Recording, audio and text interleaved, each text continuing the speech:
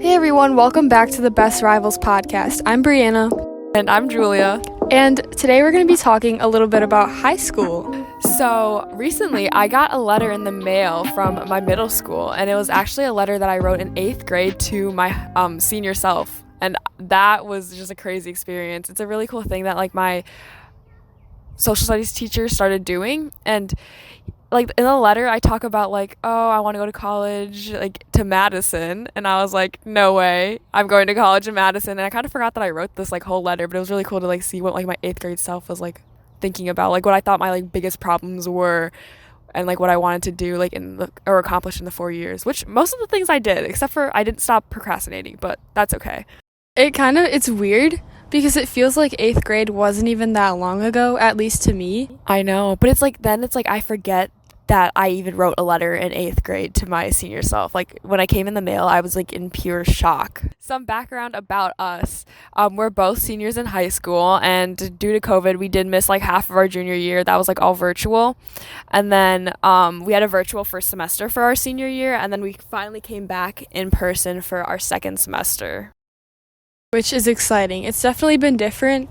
There's some changes, but I'm really grateful that we're able to come back because me too. My motivation comes back. Yeah. My happiness. What did being virtual teach you? How important school is to me.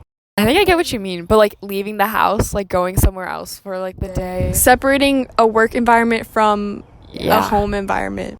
Yeah. Like physically, I think just like physically leaving the house like was something I actually that sounds really bad, that I looked forward to. But it wasn't even just that. Like, I love my family, obviously, but, like, just leaving the house and going to do something and, like, accomplishing, like, each class, like, that was something. And then when we couldn't go, it was like, now I'm just sitting in my room 24/7, staring at a wall. I just like getting out of the house anyways and exploring. So when everything shut down, that was so hard, not being able to go anywhere. Mm-hmm. Not being able to go to the simplest places, like a grocery store or just basic stores that you could walk into whenever prior to the pandemic. So I'm really happy that we're back. Me too. So in this episode, we're just going to be kind of giving our advice based on our experience in high school, our 4 years, giving our advice to whoever's listening. You guys might be a freshman in high school or even a junior. This advice could still be applicable to you. Yeah, maybe even a middle schooler, 8th grade. Maybe even a little 7th grade, 6th. Yeah, shout out 7th graders. So our first talking point, take opportunities and to look for opportunities. So in high school, it's really easy for you to be able to take the easiest classes, to coast through, to not become involved. But it's really important, not even for your social life and other aspects, like college prospects and that type of thing, but just for your well-being and for your sense of community within your high school, it's really important to get involved and take all the opportunities you get. I think that's something that COVID really highlighted. Once all those opportunities were gone, you realize how much you miss things like clubs and sports where you really get to interact with friends and all these teachers. So it's really important to like stay involved and appreciate that you get the opportunity to be doing so. Yeah, I agree. I think, like, going into high school, you always think that there's a stereotypical person that goes with, like, each club or sport or something, but it's really not like that. Like, you'll join a club or a sport, and you'll meet so many different people who are very, like, different. They're not all the same person, you know, or the same type of person. Taking these opportunities, you end up making these connections with friends and teachers, and that leads us to our second point of don't take for granted and appreciate, like, the time and the connections that you make with your friends. Like, I think COVID also highlighted the part, like, time with your friends and teachers, because making connections with your teacher over Zoom is one of the hardest things ever. Like, no one ever wants to talk in the classes, and there's not really a like moment to have like social talks, or like, you know, there's no like social aspect to like the Zoom calls.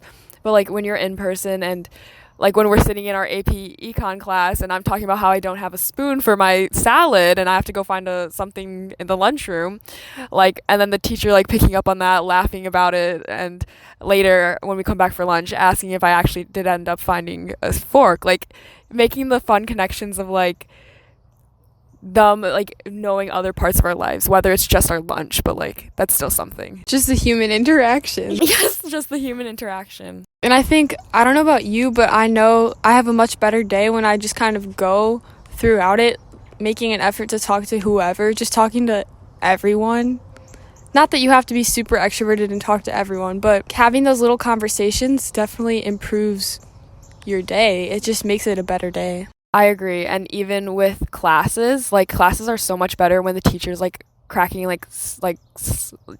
slight jokes, like whether it's not really making fun of a student, but just like messing with them, or like everything that the whole class can laugh about, because that would be equivalent to like the awkward silence in the Zoom calls when we're supposed to be like filling like doing a like problem or something.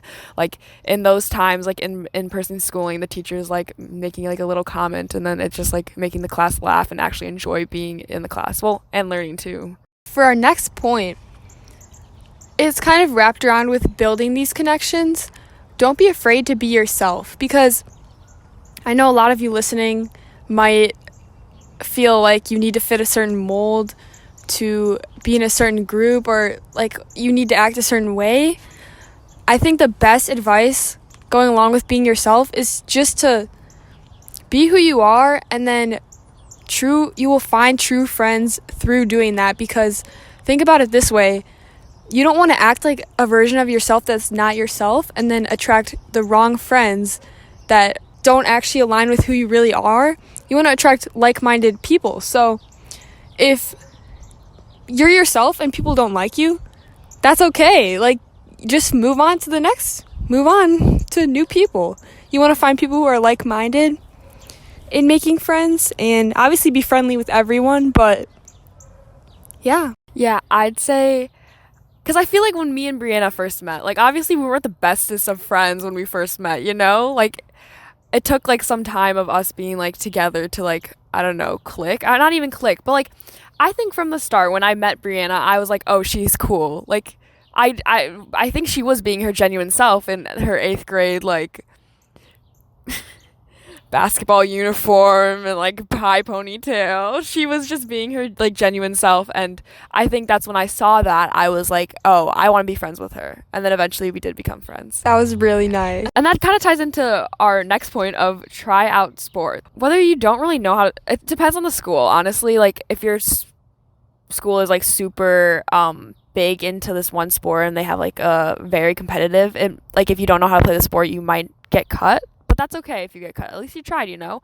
But sometimes there are sports where like they need more people to play it, and like if you don't know how to play, sometimes they just teach you, and then you get roped into playing. And I think that might be one of my biggest, like, not regrets, but yeah, regrets, is just not doing more sports. Like I did do like soccer and basketball, but not for senior year for either of them. But like, because I think I really like the team aspect of it, like being a part of like a team and like seeing them every day for like a couple months, and like exercising and being outside for some of it. Like that was a lot of fun. Yeah, and even if you are thinking right now that you're maybe not the biggest team sports person, there's a lot of individual sports that you could play that have that benefit of exercise, which really improves all around your mental health and well-being. But sports are also a great way, team sports in specific, to build those connections. I think a lot of my best moments, like when I reflect back on high school, there's so many good moments through sports, like riding on the bus home from an away game and just being with your team. And everyone tells you that while you're in the sports, you're like, okay, like sure, like I'll remember these for the rest of my life, okay, fine. And you don't really believe it in the moment, but I feel like it's really true. You just build those unique memories in team sports that you can't really get anywhere else unless you continue on to the collegiate level to play sports. Yeah, and you know, I think that's why I was like considering playing or doing track this year, because I don't think it was because I wanted to run. I think it was because I wanted to be a part of like a team for like my like a one final time being a part of the team, because I didn't have that this year.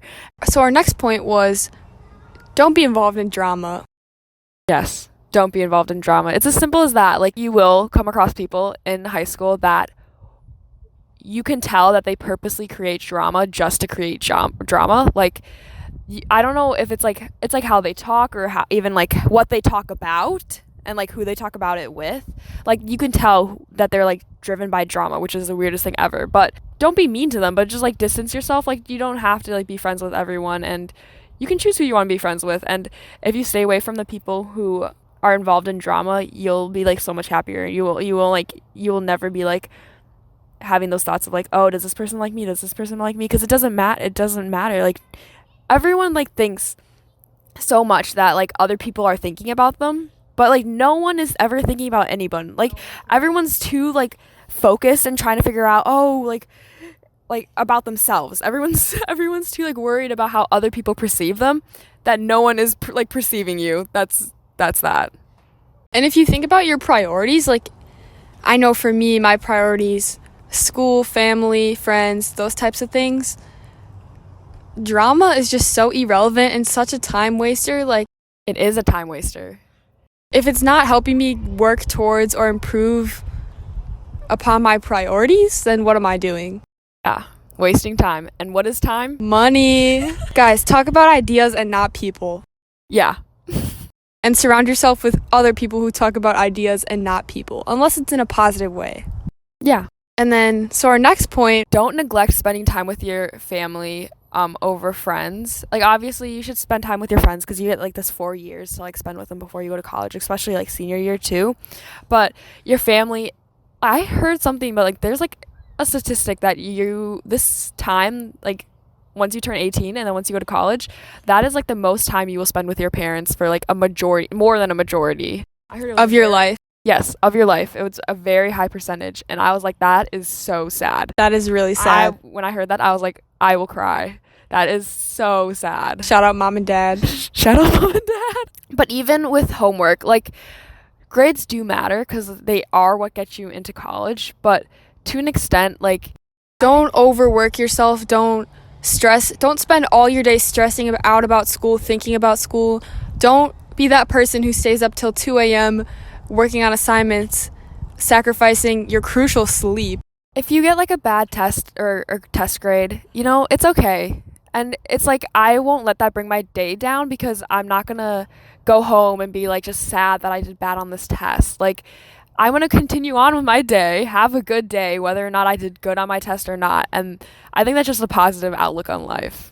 And tests are just a benchmark of learning, and grades are just a letter on a piece of paper. Yeah. And honestly, sometimes I learn a lot more on my test. Like, I'll learn what I did wrong, and I'll be like, wow, I actually understand the concepts way more than I did before the test. And I feel like that's better that I like learned the actual topic rather than did well on the test.